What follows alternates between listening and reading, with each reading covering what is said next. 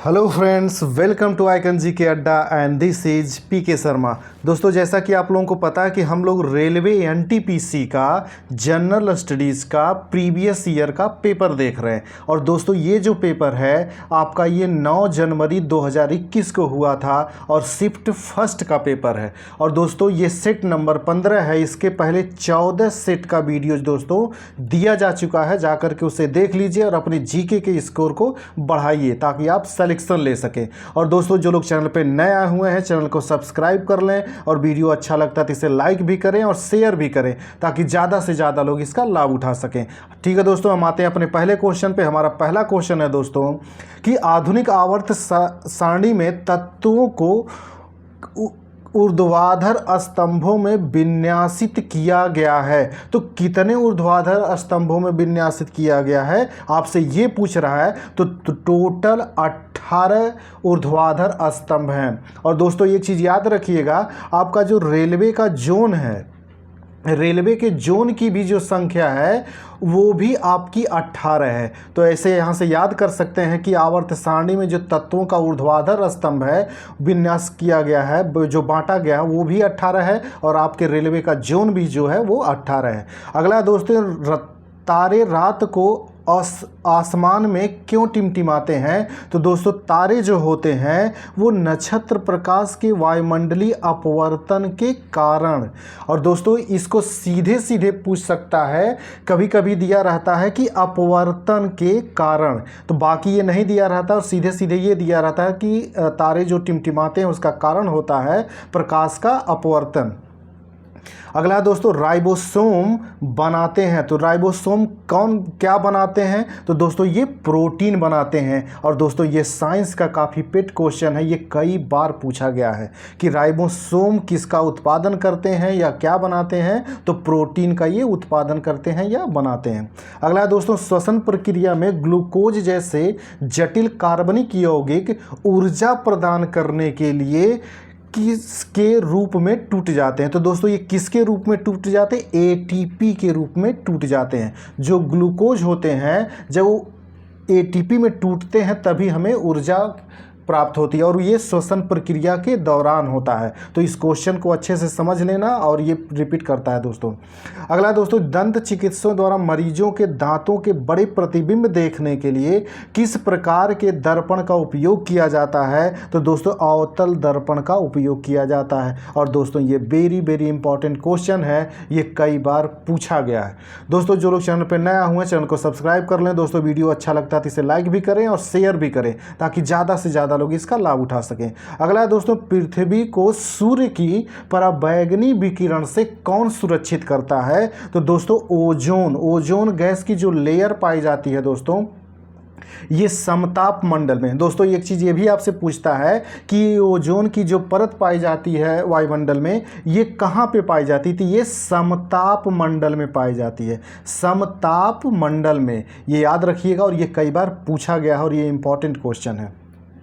अगला दोस्तों, उस स्मारक का नाम बताइए जो एक पुरातात्विक स्थल के सफल जीर्णोद्धार और संरक्षण का प्रमाण है। तो दोस्तों, ये सांची का जो स्तूप है ये। और ये क्वेश्चन यहाँ से ये भी बनता है दोस्तों कि ये सांची है कहाँ पे? ये सांची कहाँ पे है? तो सांची जो है दोस्तों ये एमपी में है, इसको याद रखिएगा और ये कई बार आपके वनडे एग्जाम में पूछा गया। अगला है दोस्तों, इनमें से किस सार्वजनिक क्षेत्रक उद्यम को महारत्न का दर्जा प्राप्त है? तो दोस्तों, इंडियन ऑयल कॉरपोरेशन लिमिटेड जो है उसको महारत्न का दर्जा प्राप्त है।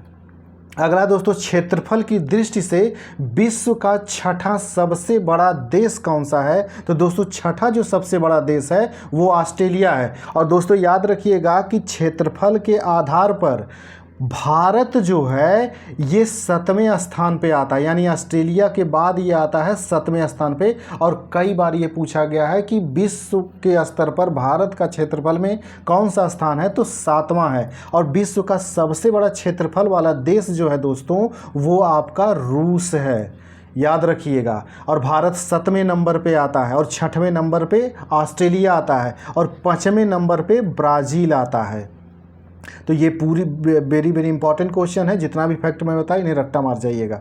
अगला दोस्तों, पेरिस स्थित international institute of educational planning संयुक्त राष्ट्र के किस संगठन का अंग है? तो दोस्तों ये जो है यूनेस्को संगठन का एक अंग है। और दोस्तों एक बार पूछा गया था कि यूनेस्को की राजधानी कहाँ पे है, तो ये फ्रांस के पेरिस में है। तो इसको भी याद रखिएगा, और आपके किसी पिछले सेट में ही ये पूछा गया था। दोस्तों जो लोग चैनल पे नया है चैनल को सब्सक्राइब कर लें ताकि उन्हें समय से वीडियोज मिलता रहे।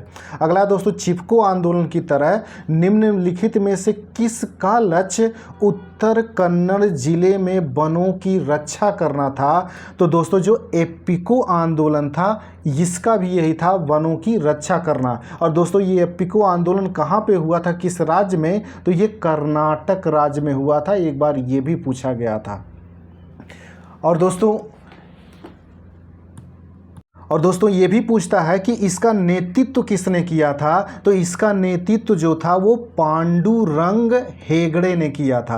पांडुरंग हेगड़े, ये दोनों फैक्ट याद रखिएगा कि ये कर्नाटक राज्य में चला था आंदोलन और पांडुरंग हेगड़े ने इसका नेतृत्व किया था। इसलिए ये भी इंपॉर्टेंट क्वेश्चन है और बाकी फैक्ट याद रखिएगा। अगला दोस्तों, भारत के वन्य जीव संरक्षण अधिनियम 1972 में कितनी अनुसूचियाँ हैं? तो दोस्तों टोटल इसमें जो हैं 6 अनुसूचियाँ हैं। कितनी है? 6। और दोस्तों इसी क्वेश्चन को घुमा करके आपसे पूछता है कि वन्य जीव संरक्षण अधिनियम कब आया था? तो 1972 में आया था। ये भी एक क्वेश्चन याद रखिएगा, ये कई बार पूछता है। अगला क्वेश्चन है दोस्तों इसमें, सैनिक विद्रोह के दौरान गवर्नर जनरल कौन थे? तो दोस्तों जो 1857 का जब विद्रोह हुआ था उस समय गवर्नर जनरल कौन था, ये आपसे पूछ रहा है। तो उस समय गवर्नर जनरल लॉर्ड कैनिंग थे। और दोस्तों ये वेरी वेरी इंपॉर्टेंट हिस्ट्री का क्वेश्चन है, कई बार रिपीट हुआ है आपके वनडे एग्जाम में, तो इसको रट्टा मार के रखिएगा। अगला दोस्तों, किस नदी के विस्तार क्षेत्र को राष्ट्रीय जलमार्ग 2 कहा जाता है? तो दोस्तों ये ब्रह्मपुत्र नदी में जो हमारा जो राष्ट्रीय जलमार्ग है, ये राष्ट्रीय जलमार्ग जो है ये ब्रह्मपुत्र नदी में है। और दोस्तों एक चीज़ याद रखिएगा, एक्स्ट्रा फैक्ट, कि कहाँ से कहाँ तक है? तो ये सदिया से धुबरी तक है। सदिया से धुबरी तक, धुबरी, ये याद रखिएगा, सदिया से धुबरी तक है राष्ट्रीय जलमार्ग संख्या 2 जो ब्रह्मपुत्र नदी में है। अगला क्वेश्चन है दोस्तों, ने ब्राह्मी और खरोष्टी लिपियों को व्याख्यायित किया जिनका उपयोग पहले के शिलालेखों के लेखन में किया जाता था। तो दोस्तों ये पूछ रहा है किसने ये ब्राह्मी और खरोष्टी लिपि को व्याख्यायित किया था? तो जेम्स प्रिंसेप ने किया था। यानी कि इसी क्वेश्चन को दोस्तों घुमा करके पूछता है कि जो ब्राह्मी और खरोष्टी लिपि है इसको पढ़ा किसने था? तो यही जेम्स प्रिंसेप ने पहली बार पढ़ा था। इसी के बाद से अशोक का जो अभिलेख था वो सारा पढ़ा गया था। तो याद रखिएगा ये हिस्ट्री का मौर्य काल का इंपॉर्टेंट क्वेश्चन है। अगला दोस्तों, इनमें से कौन एक संचार प्रोटोकॉल है? तो दोस्तों संचार प्रोटोकॉल जो है वो HTTP जो होता है ये संचार प्रोटोकॉल कहा जाता है। और दोस्तों HTTP का फुल फॉर्म भी याद रखिएगा, इसका होता है हाइपर टेक्स्ट ट्रांसफ़र प्रोटोकॉल। याद रखिएगा, हाइपर टेक्स्ट ट्रांसफ़र प्रोटोकॉल ये होता है इसका फुल फॉर्म। अगला दोस्तों, निम्नलिखित में से किन नेताओं ने ताशकंद समझौते पर हस्ताक्षर किए थे? तो दोस्तों ताशकंद जो समझौता हुआ था वो लाल बहादुर शास्त्री और अयूब खान के बीच में समझौता हुआ था। और दोस्तों ये क्वेश्चन इस पर ये भी बनता है कि ये किस वर्ष हुआ था ताशकंद समझौता? तो ये 1966 में हुआ था। और इसी वर्ष 66 में ही दोस्तों लाल बहादुर शास्त्री जी की यहीं पे ताशकंद में मृत्यु हो गई थी, ये भी याद रखिएगा। दोस्तों जो लोग चैनल पे नए हुए हैं चैनल को सब्सक्राइब कर लें। दोस्तों वीडियो अच्छा लगता है तो इसे लाइक भी करें और शेयर भी करें ताकि ज़्यादा से ज़्यादा लोग इसका लाभ उठा सकें। अगला दोस्तों, किसी भी कंप्यूटर सिस्टम का मस्तिष्क किसे कहा जाता है? तो दोस्तों CPU को कंप्यूटर का मस्तिष्क कहा जाता है। और ये कंप्यूटर का वेरी वेरी इंपॉर्टेंट क्वेश्चन है, अक्सर पूछते रहता है, तो रट्टा मार जाइएगा। अगला दोस्तों, गैट का उत्तराधिकारी संगठन कौन सा है? तो दोस्तों इसका उत्तराधिकारी WTO है। गैट की जगह पे WTO आया था।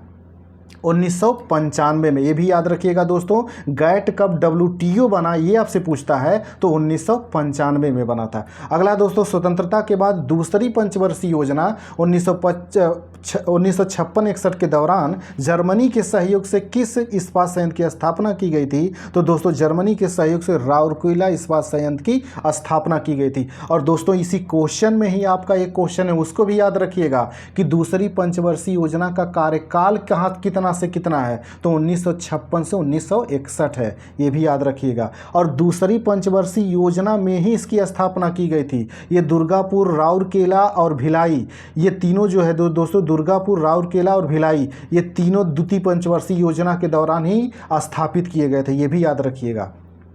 अगला दोस्तों, जनसांख्यिकी संक्रमण को निम्न में से किसके रूप में वर्णित किया जाता है? तो दोस्तों इसे जो वर्णित किया जाता है, एक समय के बाद समाज की जनसंख्या में परिवर्तन की एक प्रक्रिया, इसी को जनसांख्यिकी संक्रमण के रूप में परिभाषित किया जाता है या वर्णित किया जाता है।